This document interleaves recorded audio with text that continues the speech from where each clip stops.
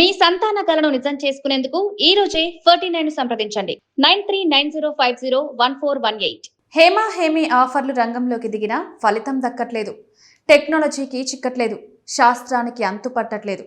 ఒకరోజు మిస్సింగ్ అంటారు, మరో 2 రోజుల తర్వాత కిడ్నాప్ అంటారు. యానిమల్ అటాక్ ఏమైనా జరిగిందేమోనని కూడా అనుమానించారు. గట్టిగా తిరిగితే 500 మీటర్లు కూడా లేని ప్రాంతాన్ని 500 మందితో జల్లెడపట్టినా జాడ కనిపించడం లేదు. మరి చిన్నారి జాహ్నవి ఏమైనట్టు? 12 రోజులైనా పట్టుకోకపోవడం ఏంటి? ఈ మిస్టరీని ఛేదించేలేరా? రక్తం పంచుకుని పుట్టిన బిడ్డ ఓ గంట కనిపించకపోతే ఎలా ఉంటుంది? గుండె ఆగినంత పనవుతుంది.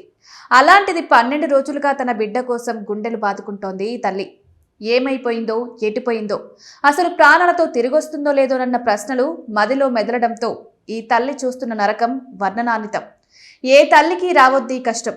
మిస్ అయిన మొదటి రోజు నుంచి ఇవాల్టి వరకు పాప కథ ఎన్నో మరుపులు తిరుగుతూ వచ్చింది. మొదట మిస్సింగ్ కేసు అన్నారు. కుటుంబ సభ్యులతో పాటు కలిసి పోలీసులంతా చుట్టుపక్కల ప్రాంతాన్ని జల్లెడపట్టారు.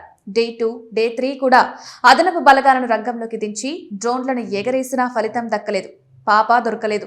4వ రోజు పాప కథలో మరో ట్విస్ట్. అప్పటిదాకా మిస్సింగ్ అన్న వాళ్ళంతా ఇది పక్కా కిడ్నాపేనంటూ మిస్సింగ్ కేసుని కాస్త కిడ్నాప్ గా మార్చేశారు. జాహ్నవి తల్లి కూడా పాప ఎక్కడికి వెళ్లలేదు, ఎవరో కిడ్నాప్ చేశారంటూ ఆరోపించడం అప్పటిదాకా ఉన్న మిస్సింగ్ కేసు స్వరూపాన్నే మార్చేసినట్టయింది. రోజులు గడిచే కొద్దీ మరింత మిస్టరీగా మారుతున్న ఈ కేసులో 7వ రోజు తర్వాత కొత్త అనుమానాలు వ్యక్తమయ్యాయి. జాహ్నవి కొండ చిలువ బారిన పడి ఉండొచ్చనే అనుమానాన్ని వ్యక్తం చేశారు తుని రూరల్ సీఐ చెన్నకేశవరావు.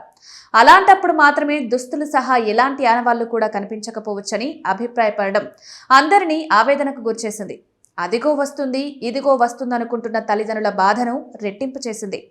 ఇక డే 10 అండ్ డే 11కి పరిస్థితి మొత్తం మారిపోయింది. ఓవైపు ఖచ్చితంగా తిరిగొస్తుందన్న జ్యోతిష్యుడి మాటలు, మరోవైపు పోలీసుల సీన్ రీకన్స్ట్రక్షన్తో పాప దొరుకుతుందని భావించినా ఫలితం దక్కలేదు.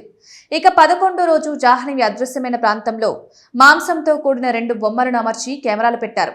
ఏదైనా అడవి జంతువు అటువైపు సంచరిస్తూ బొమ్మపై దాడి చేస్తే కేసుకి ఉపయోగం అవుతుందని భావించి ఈ తరహా ప్రయోగం చేసినా ఫలితం శూన్యం. సో అన్ని విధాలా ప్రయత్నించినా జాహ్నవి జాడ దొరకట్లేదు. రోజుకో మలుపు తిరుగుతున్న ఈ కేసుని ఆ దేవుడైనా ఛేదించకపోడా అన్న ఆశతో తల్లిదండ్రులు కళ్ళల్లో ఒత్తులేసుకుని ఎదురు చూస్తున్నారు. గంటకు గుండెల్లో గుబులు రేకుతున్నా ఎక్కడో ఒకచోట పసికూన క్షేమంగానే ఉంటుందన్న ఆశతో తల్లిదండ్రులు దేవుణ్ణి వేడుకుంటున్నారు.